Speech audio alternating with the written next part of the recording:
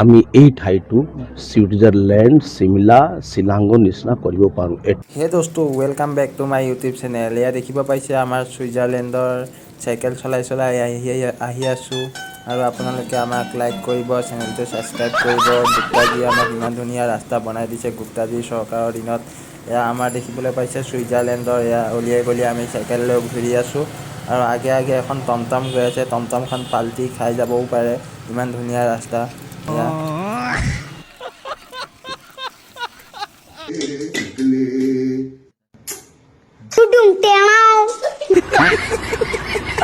আমাৰ যিটো অঞ্চল ঘূৰিলোৱাটো পাহাৰৰ অঞ্চল, এই পাহাৰৰ অঞ্চল দেখাৰ পিছত মই কৈছোঁ কি আমি চিমলা যাওঁ, শ্বিলং যাওঁ, কোনোবা কিবা ছুইজাৰলেণ্ড যায়।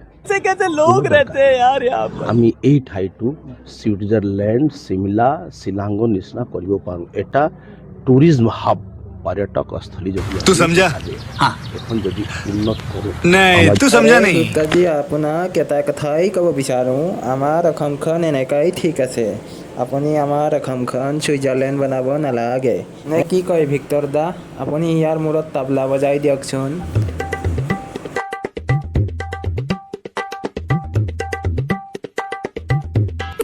বৰ্তমান চলি আছে নিৰ্বাচন আৰু এই নিৰ্বাচনৰ বাবে চলি আছে নিৰ্বাচনী প্ৰচাৰ। আমি দেখিবলৈ পাইছো যে কিছুমান বহিৰাগত টিকেট পাইছে আমাৰ এই অসমতে, কিন্তু নামত বিজয় থাকিলে কি হব? জেনজিৰ হাতত পৰাজয় হোৱাটো নিশ্চিত। আৰু এটা গান ডেডিকেট কৰিবলৈ বিচাৰিম মই তেওঁৰ বাবে যে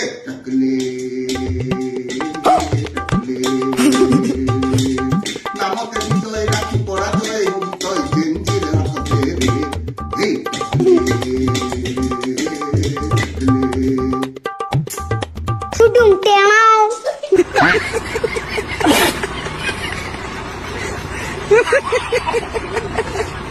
মজা লাগিল কিন্তু দেই, আপোনাৰ ভিডিঅ'বোৰ চাই বহুত ভাল লাগিলে।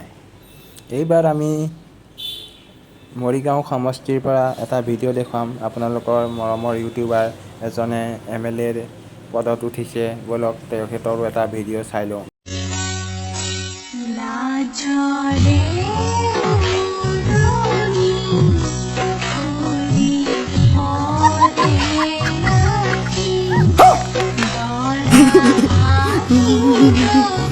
ভণ্টি তুমি এনেকৈ নাছিলে কোনোবা অপনেণ্টে আকৌ পতি মাৰি থৈ গুচি যাব, চাবা।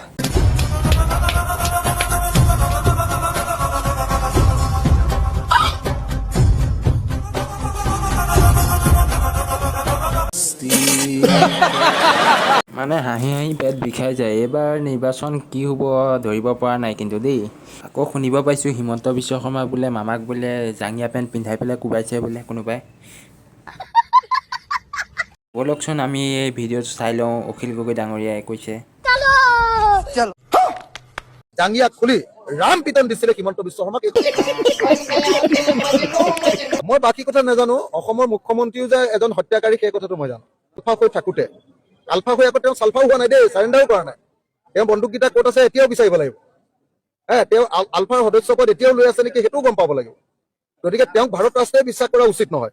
তো মই জানো যে আলফা হৈ থাকোঁতে হিমন্ত বিশ্ব শৰ্মাই কংগ্ৰেছ দলৰ এজন ডাঙৰ লিডাৰ উপসভাপতি, কি নাম আছিলে, মানৱেন্দ্ৰ শৰ্মাক হত্যা কৰিছিল।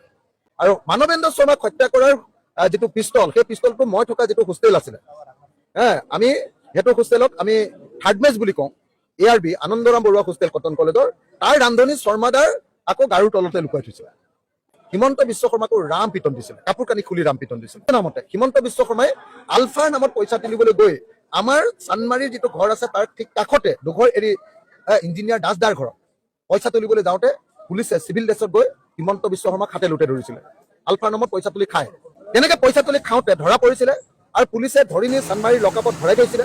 চানমাৰী থানত লকআপত থাকোঁতে তেওঁক কাপোৰ কানি খুলি জাঙ্গিয়া খুলি ৰাম পিতন দিছিলে হিমন্ত বিশ্ব শৰ্মাক। এই কথাটো